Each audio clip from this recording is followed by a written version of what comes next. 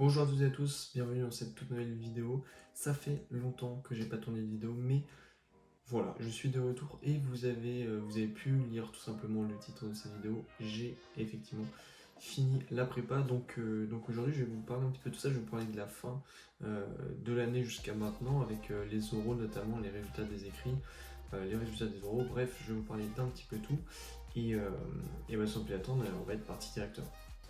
Je sais plus exactement de quand date ma dernière vidéo, mais pour débriefer un petit peu ce qu'on a fait la fin de l'année, donc en attendant les résultats tout simplement des écrits, on a préparé les oraux, donc on avait des exercices, on avait le matin globalement on avait cours de maths et de physique, où on avait des personnes qui passaient au tableau pour faire des exercices, et on avait des exercices à préparer, enfin bref, voilà, on a préparé les zéros de cette manière-ci. Et donc, début juin, les résultats tout simplement des écrits. On va commencer tout d'abord par CCINP, je pense. Donc CCINP, vous allez avoir les résultats qui vont s'afficher en même temps. J'ai pas grand chose à dire sur CCNP, globalement j'ai vraiment bien réussi le concours, ce qui m'a permis d'être grand admissible, donc ça déjà j'étais très content d'être grand admissible, parce que ça me permettait d'avoir de pas avoir les euros tout simplement à passer, donc c'est plutôt sympa. Et globalement mes notes, donc les notes elles sont un peu bizarres à CCNP, vous pouvez le voir.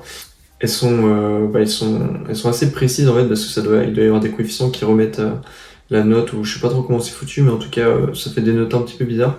Bon, il n'y a pas forcément de... Je sais pas trop quoi dire sur les notes, globalement. CCNP, j'ai l'impression d'avoir bien réussi dans l'ensemble. Ce qui est assez étonnant pour le coup, je trouve, c'est la note de français et d'anglais, qui sont relativement élevées, je trouve, par rapport aux résultats que j'ai eu pendant l'année, et aussi par rapport aux notes MINPON, et par rapport en fait à ce que je m'attendais. Je m'attendais pas forcément à avoir des aussi bonnes notes, on va dire, en langue. Sinon, pour le reste, pour ce qui est des maths et de la physique, c'est pas si incroyable que ça en fait. Finalement, je pense que ça doit être par rapport au nombre de questions faites. Bon, dans tous les cas, en tout cas, je suis assez content de mes résultats là-dessus. Il n'y a pas grand-chose de plus à dire, étant donné que voilà, j'ai réussi à être grand admissible, donc ça c'est vraiment carré. Passons à présent aux résultats de MINPON. Donc MINPON, forcément, c'était un concours un petit peu plus difficile, et pourtant les notes que j'ai pu avoir, elles sont.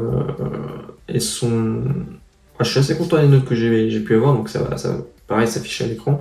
Globalement, même par exemple maths 1, une épreuve que je pensais avoir plutôt ratée, au final j'ai une note plutôt correcte, hein. Maths 2, je savais que j'avais plutôt bien réussi et ça s'est reflété dans les notes, donc là-dessus il n'y a pas trop de surprises.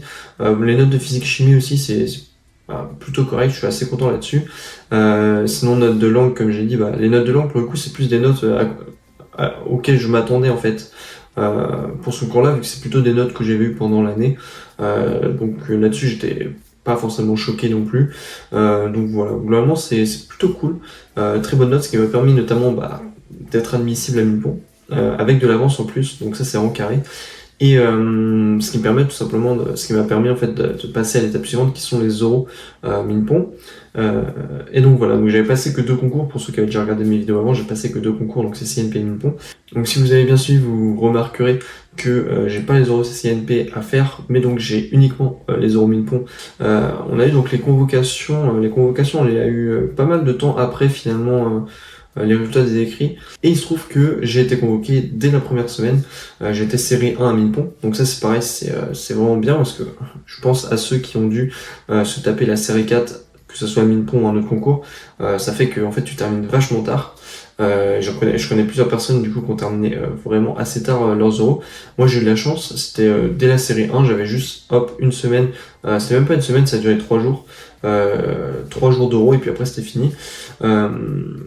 Donc les oraux, j'étais série 1 comme je viens de vous le dire, et moi mes oraux c'était le mercredi, jeudi et vendredi.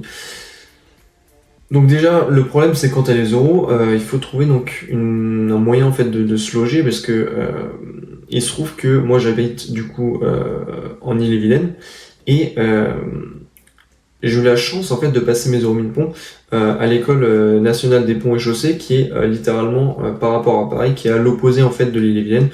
J'aurais préféré pour le coup passer mes euros dans une école qui est plutôt à Palaiseau. Ça aurait été plutôt de mon côté.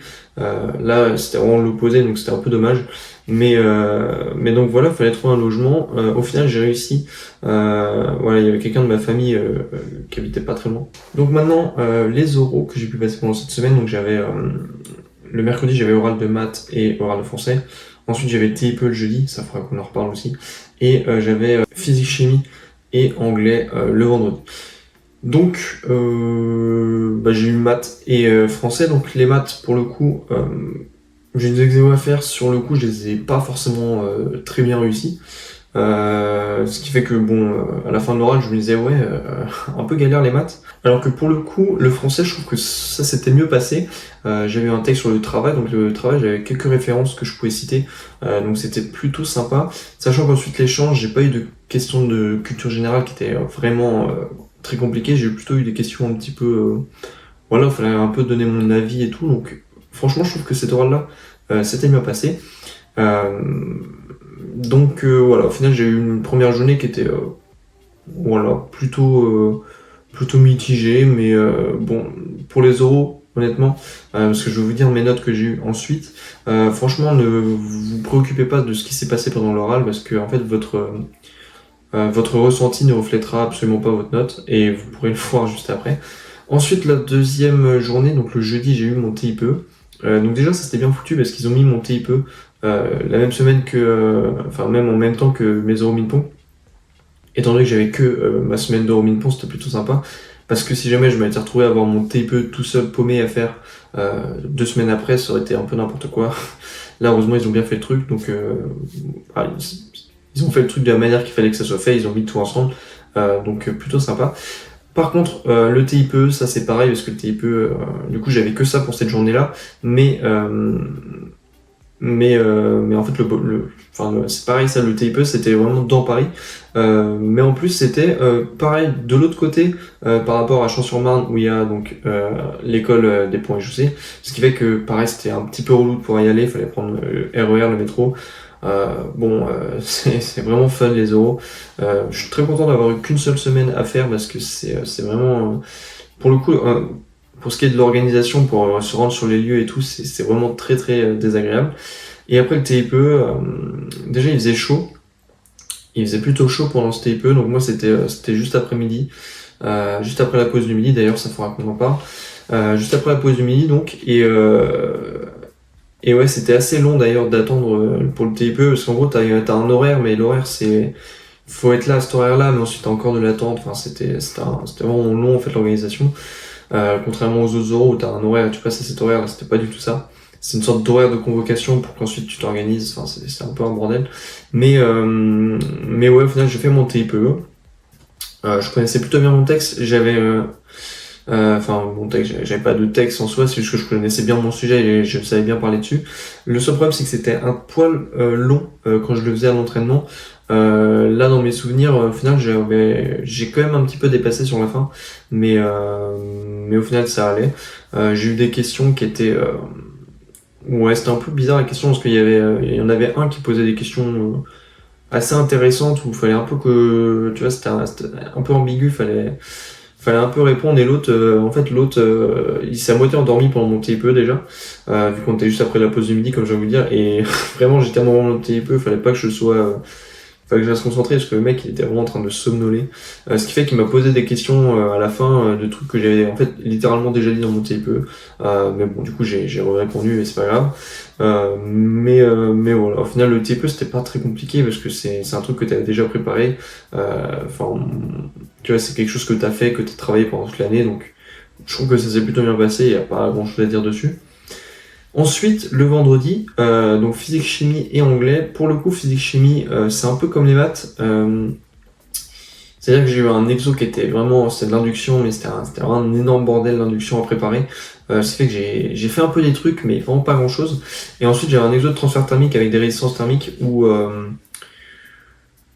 où je trouve que ça s'était un peu mieux passé. Enfin, je captais un peu le truc, surtout que c'était des résistances thermiques, donc ça allait. Bon, après, j'ai quand même réussi à mettre une résistance en 1 sur R à un moment pour faire des résistances en parallèle. Je sais pas ce que j'ai foutu pour mes résistances en parallèle, mais c'était un peu le bordel. Mais au final, j'avais quand même à peu près réussi ce deuxième exercice, donc sans préparation. Donc ouais, ça allait. Pour ce qui est de l'anglais, je sais même plus ce que j'avais comme texte. Ah oui, l'anglais, pour le coup, mon texte était vraiment nul. Parce qu'en gros, je sais plus trop exactement ce que c'était le texte, mais je sais que c'est un texte où, en fait, dans le texte, il y avait il donnait déjà beaucoup trop d'idées. En fait, t'avais un sujet un peu principal sur le texte. Je crois que c'était le sentiment un peu des jeunes qui sont moins heureux ou je sais pas trop quoi. Et en fait, le problème, c'est que déjà dans le texte, il donnait plein de raisons pour lesquelles on peut ne pas être heureux, ce qui fait qu'après, quand tu devais faire un développement avec une ouverture, dès que tu avais une idée, en fait, l'idée était déjà un peu évoquée dans le texte, donc j'avais un peu l'impression limite de redire ce qu'il y avait dans le texte. Je redisais pas vraiment ça, mais tu vois, ça donnait un peu cette impression-là. Donc j'avais un peu peur, en fait, qu'en fait, parce que tu vois, normalement, dans ton développement, il faut pas que tu répètes ce qu'il y a dans le texte, sauf que là, le texte, il disait déjà tellement de trucs que c'était impossible de ne... Il y avait comme un sujet principal avec une idée principale, mais il donnait des idées secondaires un peu. Et en fait, quand tu voulais citer des idées secondaires, t'avais forcément des trucs qui étaient en plus cités dans le texte. Donc c'était un peu compliqué. J'avais fini mes oraux après ça. Bon, bah, maintenant qu'on a parlé des oraux, il va être temps de parler des résultats des oraux. Donc tout à l'heure, je vous avais dit que fallait absolument pas se fier à son impression lorsque, voilà, pour ceux qui passent les oraux l'année prochaine et tout, ne restez surtout pas sur votre impression d'après un oral parce qu'en fait voilà, sachez que ça ne reflète absolument pas votre note et on va tout simplement voir ça. En fait, vous allez voir mes notes qui vont s'afficher. Comme on peut voir, j'ai eu 13 en maths et 14 en physique chimie. Donc pour le coup, en maths et en physique chimie, comme je l'ai dit, c'est pas forcément là où je pensais avoir le mieux réussi, parce que globalement, il y a certains exos où j'ai pas l'impression d'avoir foutu grand chose, notamment en maths, où vraiment en maths, j'étais un peu à la ramasse. Il y a eu des questions qui m'ont posées. Mon deuxième exercice sans préparation, j'ai rien fait littéralement de l'exercice. J'ai fait un peu vite fait des trucs, mais j'ai rien foutu. Et premier exo, j'ai pas fait grand chose sur la feuille. Tu vois, genre j'ai fait la première question, il y avait 3 grosses principales questions. Et au final, j'ai eu 13. Donc 13 qui est une note vraiment correcte. Donc voilà, ne vous fiez surtout pas à votre ressenti, parce qu'en plus, comme vous pouvez voir, j'ai eu 11 en français. Alors que le français, c'était pour le coup, après avoir fini mes oraux, le français c'était, outre le TIPE ou le TIPE c'est un peu différent, mais sans préparation entre guillemets, le français c'est le truc que je pensais avoir le mieux réussi, et au final c'est le truc que j'ai le moins bien réussi. Donc voilà, ne vous fiez surtout pas en fait à votre ressenti. En anglais j'ai eu 13, donc en anglais j'ai eu 13, c'est cool, parce que globalement 13 c'était la note que j'arrivais à peu près à maintenir en colle d'anglais pendant toute l'année cette année. Des notes autour de 13, même l'année dernière en fin d'année. Donc 13 c'est cool, c'est ce que je voulais avoir et c'est ce que j'ai eu. Et TIPE j'ai eu 14,5. Donc en soi c'est ma meilleure note d'oral.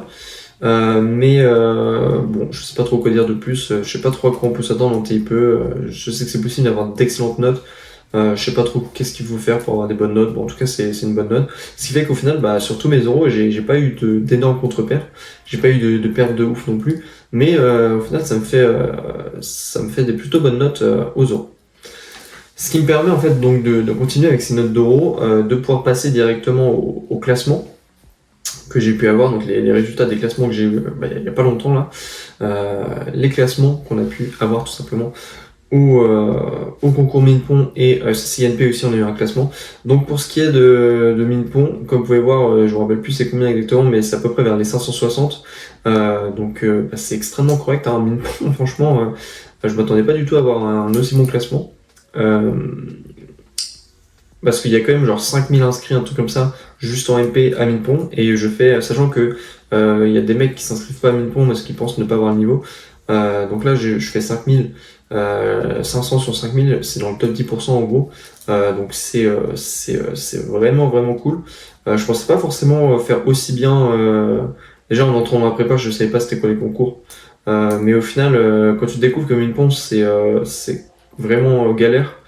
Faire top 10%, franchement, très cool. Je pense que avec ça, on peut se dire que je peux me dire que j'ai réussi ma prépa.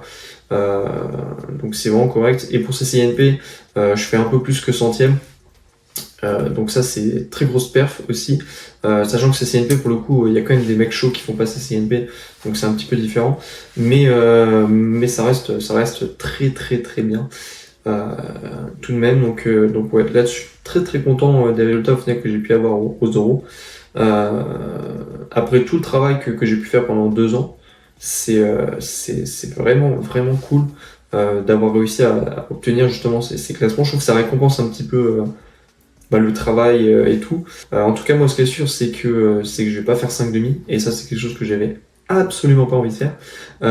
Et en fait, ce qui est bien, donc pour récapituler un petit peu moi ce qui m'intéressait, j'avais déjà dû en parler, je pense, dans une vidéo, c'est école de statistique. Donc pour ça, école de statistique, en fait, il y a 2 écoles qui m'intéressent. Il y a NSAI qui est à Boru, donc à côté de Rennes, qui est sur CCNP. Et il y avait éventuellement donc l'NSAE aussi. NSAI, je savais déjà ça, que ça m'intéressait du coup avant de faire en fait la prépa, c'est-à-dire qu'en terminale j'avais déjà entendu parler donc de cette école, et c'est pour ça que j'ai fait la prépa. Et j'ai aussi découvert, donc ça j'ai découvert en début d'année, NSAE qui existe aussi, donc qui était sur Minpont. C'est pour ça que j'ai fait Minpont, parce qu'il y avait cette école-là qui pouvait éventuellement m'intéresser. Et en fait, avec mes classements, j'ai tout simplement la possibilité en fait d'intégrer l'école de mon choix entre ces 2 écoles. C'est-à-dire que grâce à mes classements, j'ai finalement eu le choix de prendre telle ou telle école, étant donné que pour le coup, pour avoir l'NSAE au maximum, il fallait être à peu près millième, je crois. Et NSAI, comme j'étais grand admis, c'était bon, et puis même sinon c'était 2 millièmes sur CCNP. Et au final, du coup, ça m'offre l'opportunité de pouvoir faire un choix. Et alors où je vous parle, en fait, j'ai déjà fait mon choix. Enfin, c'est-à-dire que dans ma liste de vœux, étant donné que normalement, si le système est bien fait, je suis obligé d'avoir l'école que j'ai mis en premier, vu que je peux l'avoir au vu de mon classement. Ce que j'ai décidé de faire, donc c'était un choix très compliqué.